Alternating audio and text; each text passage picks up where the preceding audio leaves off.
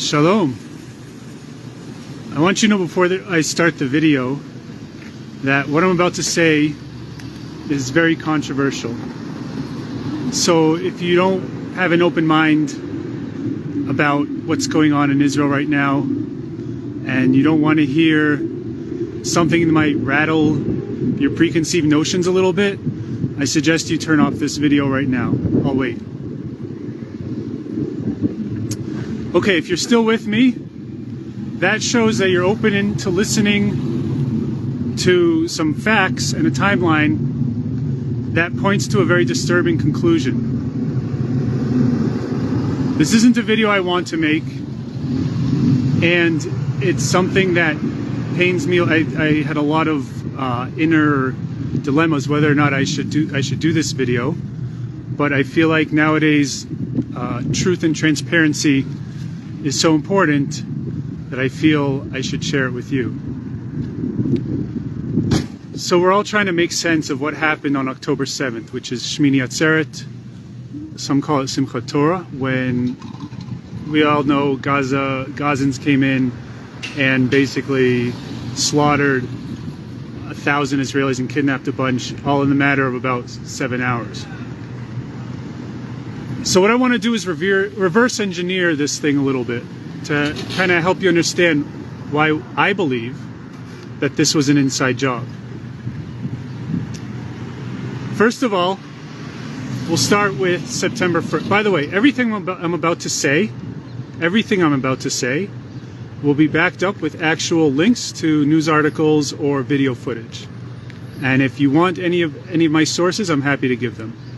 September 1st, the Israeli government confiscated the weapons of the security teams in the Gaza Belt communities.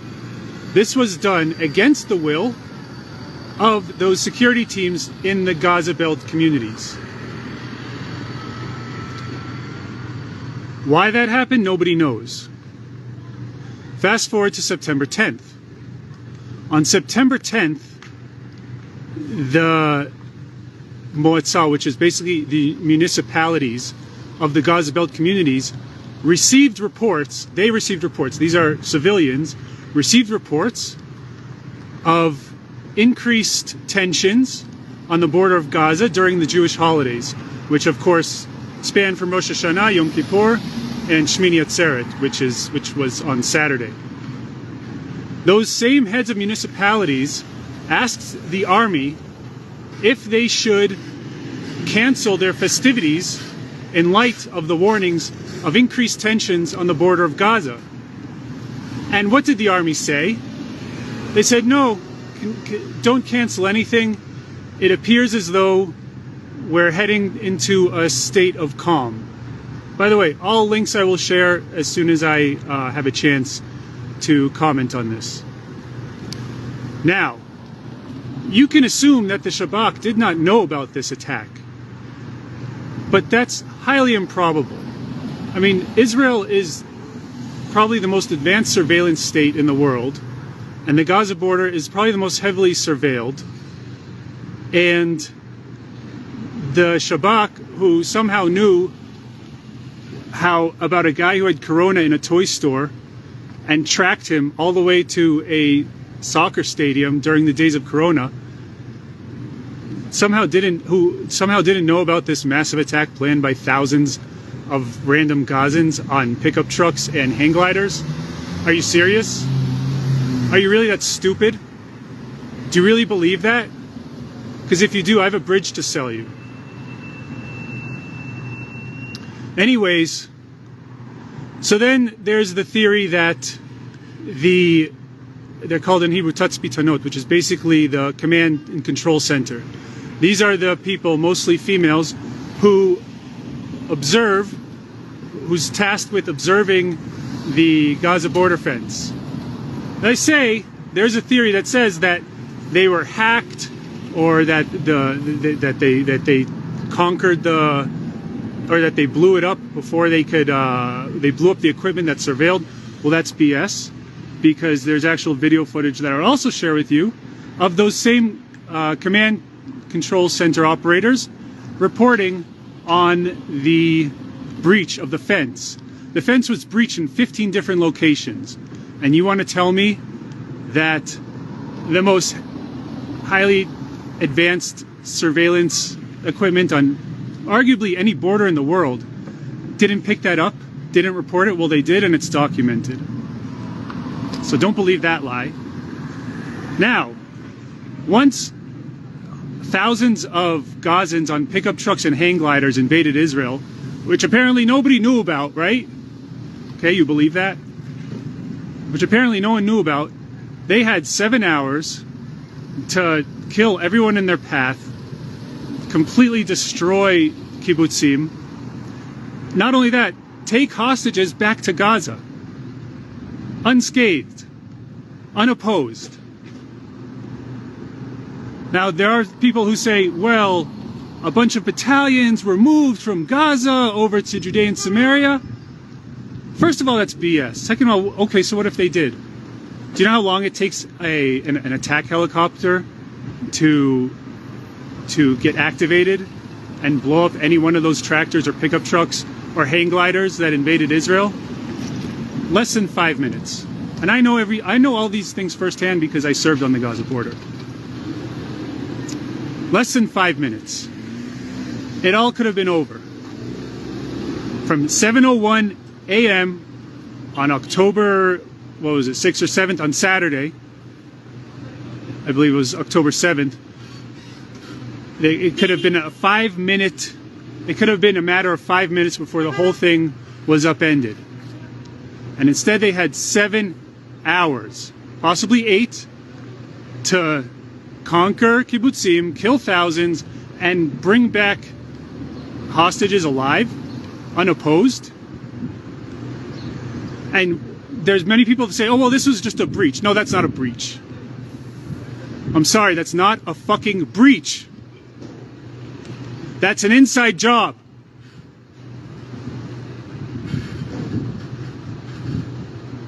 And if it's not an inside job, well, then that's even worse.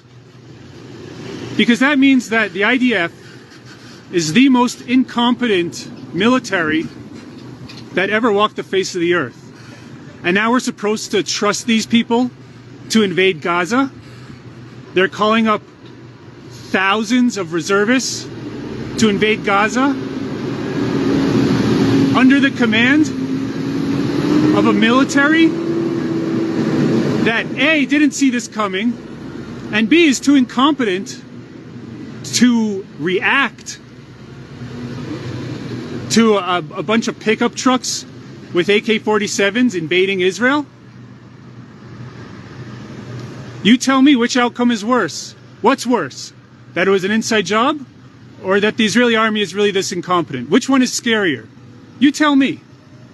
You tell me if you trust this same military to send in thousands of incredible Jewish souls dying to fight for this land into Gaza. And no matter how high their morale is, and it's high, and these are brave warriors, but none of it matters if the people calling the shots are the same people who allowed the Gaza militia to invade Israel's borders, kill thousands, take back hostages completely unopposed.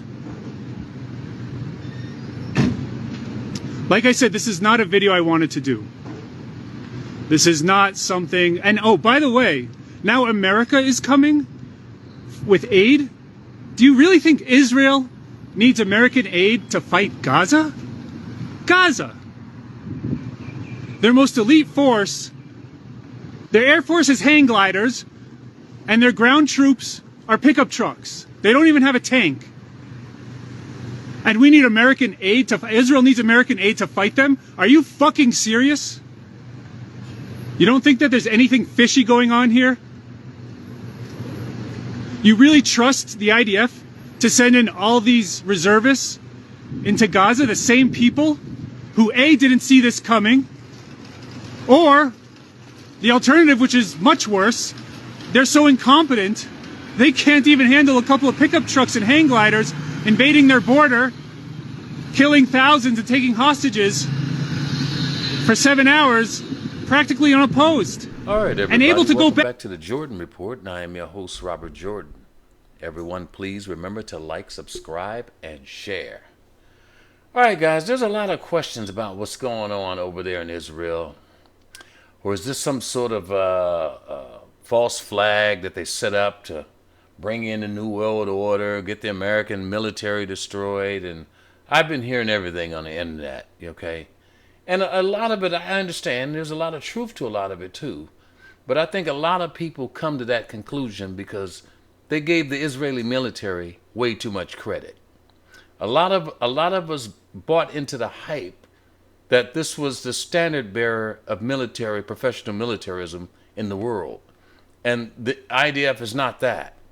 They do have a lot of good points about them. They do have a lot of specialized units, commandos, things like that. Their intelligence is usually very, very good, the best in the world. But they're not the best military in the world. The IDF makes a lot of mistakes. They do a lot of stupid stuff. And usually, the Americans usually come bail them out, and that's how they get out of it. But unfortunately, this time, it's going to be very hard for America to get them out of this. But anyway, here's a retired general. This is from Hal Turner's website. And here's a retired general talking about the IDF, the Israeli military. It says, IDF general reveals hideous truth. We have lost the ability to field an effective army. Okay? And this will answer a lot of questions about what a lot of people are thinking. Okay? That this is some sort of Mossad trap or whatever it is. Okay? A retired general from the Israeli Defense Force says we have lost the ability to field an effective army and have become a one-dimensional aerial power that cannot win a war on its own. General Yitzhak Brick went on even further. He says the current situation of the land forces is tragic. They are not ready for war. Emergency supplies are not available. Exercises have stopped and the battalions have not trained in years. There is no weapons training and education, and the army is not capable of carrying out an attack. Now, you should be able to see this. This is why they're so hesitant, people. Because they can't go up against Hezbollah or Hamas at the same time with this level of training and readiness. And this is what's holding up the attack on Gaza. Okay? Brick added that Israel's ground forces and reserve systems have been constantly ignored. We have lost the ability to field an effective army and have become a one-dimensional aerial power that cannot win a war on its own. In his view, Israel's ground forces are not ready for war.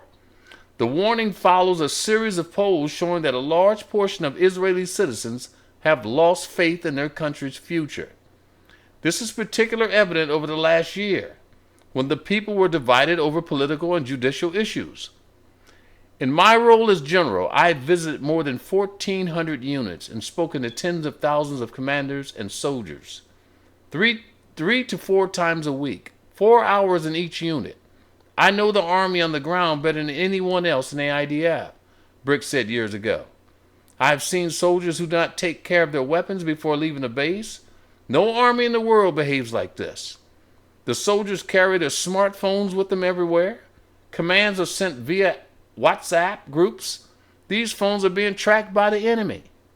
Not only that, but commands are said to have been sent via email, then deleted, meaning no follow-up action is possible. Our system has lost all control. Have we gone crazy? I cannot sleep at night. Our ground forces, our armored corps are not ready for war, Brick said, continually warned. What I present to you here is something that you will not hear from the top IDF officials. Not only do many of the commanders not know anything, that even those who do know are afraid to speak out lest they be punished, he wrote. Calling on members of the Knesset, Foreign Affairs, and Defense Committee to speak to the rank-and-file soldiers and address the issue. Let them show you what's going on. Share with you their problems and difficulties. It will not be the division brigade and the battalion commanders from whom you will learn the reality that exists in the field. You should learn it from those whom it is the routine of their life. Their statements are the truth. Okay, to me, people, that's more of the That's closer to the truth than, say, Mossad setting up a false flag. I think these people make a lot of mistakes. I've been watching Israel a long time. They do a lot of stupid things. I know their army is basically weekend warriors where they get like a month training a year or something like that. They're nowhere near the professional level of, let's say, Hezbollah. They're nowhere near that level on a general terms. So Israel has a large fight ahead of them. بسم الله الرحمن الرحيم الحمد لله رب العالمين سوف ننتقم من السلطات الإسرائيلية المجرمة للمجزرة في مشفى الأهلي في مدينة غزة وقتل المدنيين والشعب المسلم الانتقام قريب إن شاء الله الله أكبر. All right, guys, like I said before, a lot of this stuff is just chickens coming home to roost, people. If you live by the sword, you die by the sword. And so a lot of these wars are coming back home to Israel, okay, and the United States. Because many of these weapons that they gave to the Ukraine have wound up in the hands of Hamas, believe it or not. So when Israel, if they ever do decide to go into Gaza, this is what they're going to be facing. I just showed you a clip. Hamas is armed with AT-4s, those javelins, in-laws, via Ukraine, the Washington Post reported. Deadly surprise awaits the IDF in Gaza, okay? Hamas has released a video confirming the information has been circulating for some time. And they said large stocks of American and generally NATO weapons that have been delivered to Ukraine are in Gaza. In the video, Hamas shows it has a large quantity of AT-4s and in-law anti-tank missiles and rockets for use against the Israeli army's main battle tanks in Gaza. It is known that many of the weapons donated by the U.S. to Ukraine ended up on the black market. Remember, they were saying that at the time, that only a small percentage was even reaching the field. But the exact way the Palestinians used to acquire them is unknown. A few days ago, Russian, Turkish, and American media have warned Israel that Hamas has large quantities of weapons that it took, unknown how, from Ukraine. They talk about M4s, various types of anti-tank such as javelins, up to manpads, stingers, and others. Ukraine's military intelligence service has accused Russia of transferring Western weapons it obtained from Ukrainian warehouses to various fronts in the war on Hamas to blame Kiev for allegedly selling arms to terrorists. Okay, so that's what Israel's up against, and this is part of why Russia is involved. We'll get into Russia a little later. That I understand you're under Russian payroll, and I understand this is a Russian propaganda, but you have to be very careful, because let me tell you, we're going to finish this war. We're going to win because we're stronger. After this, Russia will pay the price. Believe me, Russia will pay the price. Russia is supporting the enemies of Israel. Russia is supporting Nazi people who want to commit genocide on us, and just Russia will pay the price. Russia also. Now, listen to me very carefully. We are going to finish with these Nazis. We're going to win this war. It's going to take the time it's going to take, but we're going to win this war. Afterwards, we're not forgetting what you are doing. We're not forgetting. All right, guys, here's the first report from Israel trying to make its first push into the Gaza Strip. This happened yesterday. This was their first try. Israeli soldier killed during ground raid in Gaza, Israel's army says. Hamas's armed wing, the Qassam brigades, claimed to have pushed Israeli forces back into Israel during the raid. Now, this is their first try into Gaza, and they've already been pushed back and lost, I think, 4 soldiers here. The Israeli military has said one of its soldiers was killed by an anti-tank missile reportedly shot by the Palestinian armed group Hamas during a raid into the Gaza Strip by the Israeli army. 3 other soldiers were injured in the raid on Sunday, said the statement. This came as the Qassam Brigade, the armed wing of Hamas, announced on its Telegram account that it had pushed Israeli forces back into Israel. 1 soldier was killed while 1 was moderately injured and 2 were lightly injured as a result of the anti-tank missile, the Israeli military said. The military said the purpose of the raid was to locate Hamas captives in the Gaza Khan Yunis area and to thwart terrorist infrastructure. Israeli forces have been conducting raids across the border that they had said are meant to clear the area and gather intelligence about captives being held. Okay? So that was the first try, and they got hit the first try. So this is a trap, people. Israel is in a vice. There's not a lot the U.S. can do, okay, to get them out of the vice. Israel's going to have to fight their way out of the vice. Now, whether they can do that, that all remains to be seen. Look, the Israelis right now are scared to death. Scared to death.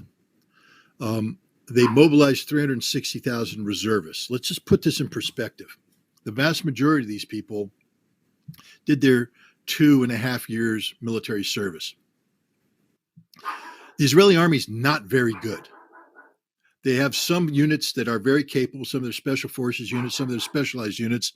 They have some technical units that are very good, but the mainstay, the infantry units, the armor units, they're not very good. And they have become even less good by being pulled back from conventional combat duties to policing duties in the West Bank. So most of these reservists spent their time walking the streets in the West Bank, learning how to break the arms of 10-year-old children, how to rough up 15-year-old girls, and how to belly shoot 60-year-old men. That's what they did. Brutal occupation. It was horribly demoralizing for many of these people. They didn't like doing this. And when they left the military, they didn't have a high regard for the military. So now they're back. But this time they're being called upon to do something that nobody in Israel wants to do. Go into Gaza. Why? Because in 2014, they went into Gaza and Hamas handed it to them. In 2006, they went up against Hezbollah and Hezbollah handed it to them. The Israeli army just isn't that good, and they're scared to death because Hamas is waiting for them. This is one giant ambush, and the Israeli intelligence is blind. They don't know where they are. They're going to have to go in there and probe, and as they probe, they're going to be blown up, ambushed, slaughtered, and they know this. The other thing that scares them is once they go into Gaza, they're going to be committed to that battle with the bulk of their reserves. And if at that time Hezbollah decides to open up a northern front, Israel's got nothing left. And even if they had something left, they can't beat Hezbollah.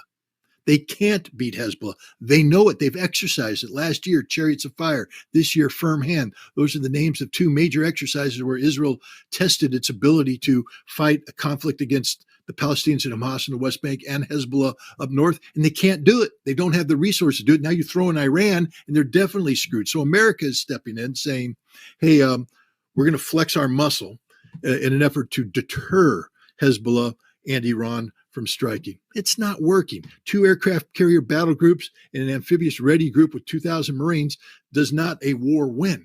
And we don't have anything behind. And so I think what's going to happen is that Biden is going to try and talk some common sense into Netanyahu and let him know the hard reality that, yeah, we flexed our muscles here, but if Hezbollah comes across the border, we'll bomb them, but we can't stop them. It's up to you. And if you can't stop them, you're screwed.